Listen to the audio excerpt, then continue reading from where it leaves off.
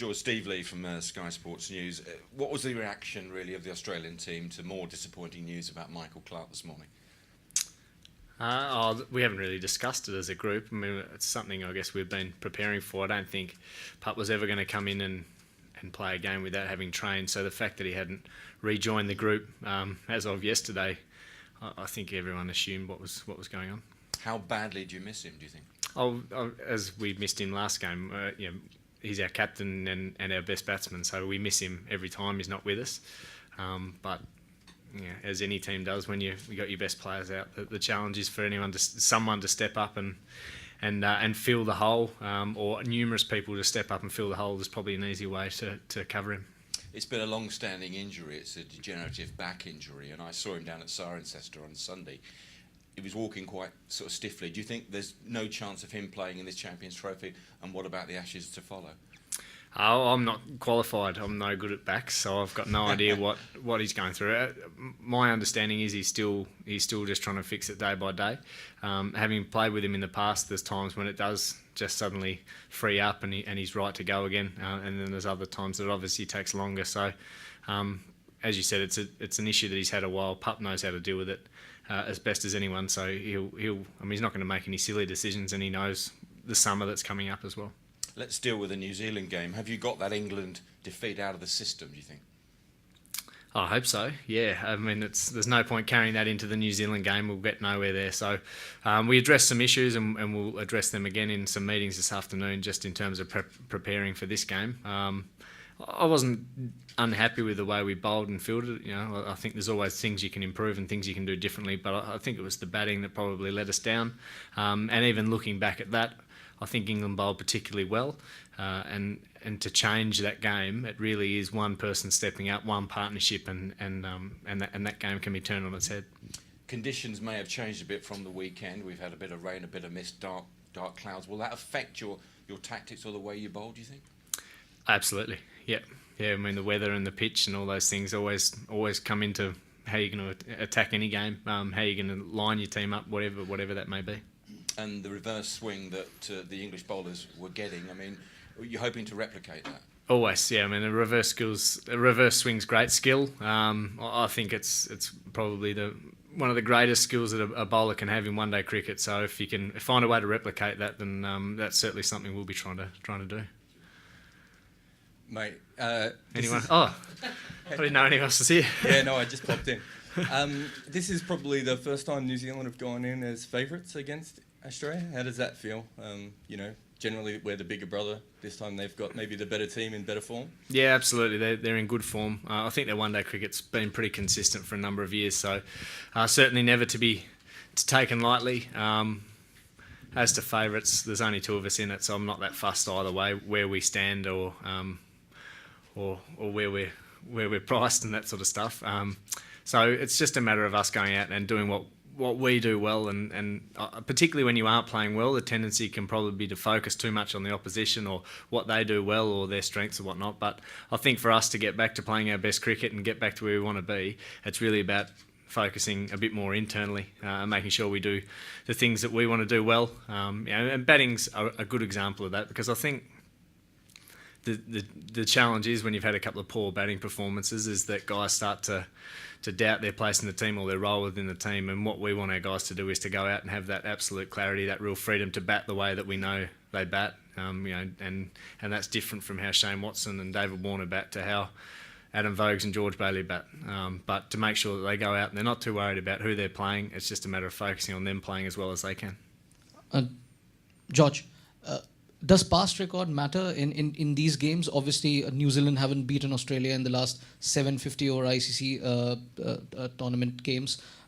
Despite the situation, will that have any sort of bearing? None. Absolutely none. Because when we start, the conditions will be different pitch, different tournament, different teams. There's no bearing. I think teams take some bearing out of how they're playing at the moment and the confidence they have. But once again, that can change so quickly in what is such an individual team sport. One person stepping up and changing the game can lift a team. And you as a skipper must be really looking forward to Mitchell Johnson's performance, because over the years he has been really a thorn in New Zealand's flesh. He has in the last 5 games, he has taken 15 wickets against them. Oh, that's excellent news. Yeah, I was looking for. I thought Mitch bowled really well in the last game. Really happy with his pace. Gave him the new ball, which I thought he responded really well to. And I think if he is bowling well, it's a great thing for our team because his aggression is very easy to match in the field. You know, when he's bowling well, as you said, he's a wicket taker and he can change the course of a game in a number of balls right throughout the innings, and that's obviously some pretty important traits. Having seen the way spinners have bowled, particularly up here, have you given thought to maybe giving Xavier a go or utilising more of your other spin options? Yeah, looking at all those particularly, I think we're on the same wicket as was played on yesterday, South Africa Pakistan game. So obviously a worn wicket, and on the back of what we saw in our game against England. George, with Michael obviously pulling up injured, and you sort of been thrust into this captaincy role, is this one of the challenges of your career, really, to get this Australia team back on track? Yeah, I'm not lumping it on my lonesome though. I mean, that's what a whole part of being a team is. I'm enjoying the captaincy side of things, and particularly enjoying working with some of our younger players or less experienced players, and some of them, I think it's their first major tournament too. So working through all those pressures and things that they have to go through. But whether Pup's here or not, or whoever the captain is, the goal of Australian cricket I don't think changes, and the goal of the management team and all the players within it, it's always going to be to win and to be playing our best cricket. George, the Chapel Hadley Trophy has fallen by the wayside a little bit the last few years. Is there any thought to putting up for this game? To putting up the trophy for this game, the Chapel Hadley? That's the first I've heard of it. Oh. Not sure. Okay. Not yeah. I don't really personally. I'm not sure that that's applicable within a tournament. I think once you're within a tournament, that's probably goal enough. Yeah, just one final one from me. Some of the reaction you've got from the English press about the way you performed at the weekend was not very encouraging. Have you been hurt by that, saying that the side lacks a better fight? English press. Yeah. Yeah, no, we take everything. We read everything they write, and we take it all very, very seriously. And they're privy to everything we do, so we take it with a pinch of salt, I reckon, would be the response there. The loss hurt us as much as more than anyone. We don't want to be losing to England. We don't want to be losing to anyone. But more so than the loss, I think the challenge is to be playing our best cricket, and that's something that I keep getting back to, is the gap between our best and our worst cricket, and making sure that we try and keep that gap as small as possible. So whether it's England, New Zealand, whoever we might be playing, the focus really isn't ever on the opposition that much. It's more on us doing everything we can to make sure we're winning. New Zealand's bowling is doing pretty well, in particular Mitchell McLanigan. He hasn't played against Australia yet, so have you had a look at him, or is he part of the plans to talk about? Yep.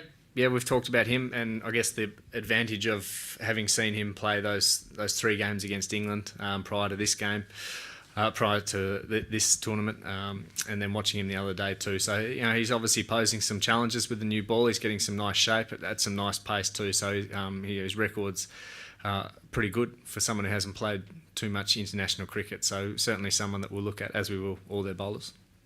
George, you just mentioned Mitch, but do you mind sort of going through a few of the other threats you see from the New Zealand side? I think both their opening bowlers have been in pretty good touch. Kyle Mills is shaping the ball, and I guess a bit of a one-day stalwart for New Zealand. And Dan Vettori is always someone that we will respect pay the utmost respect to, and play him really watchfully. But picking, as everyone said, I think they all bowl pretty well. They're in pretty good touch. I think they're a pretty good one-day side, and they're playing some really consistent cricket. They're not relying too heavily on any one player, I think, which is always the key. George, Australia won the last 2 Champions trophies, but they are a bit down these days, So how important is it for you and your team to do well in the Champions Trophy to sort of revive the team's fortunes? I think you've just answered your own question. Yeah. I mean, we're not playing the cricket we'd like to play. Probably the best way to get over that would be to win this tournament. And I think we only lost the first game thus far, so it's not. We're not at panic stations just yet.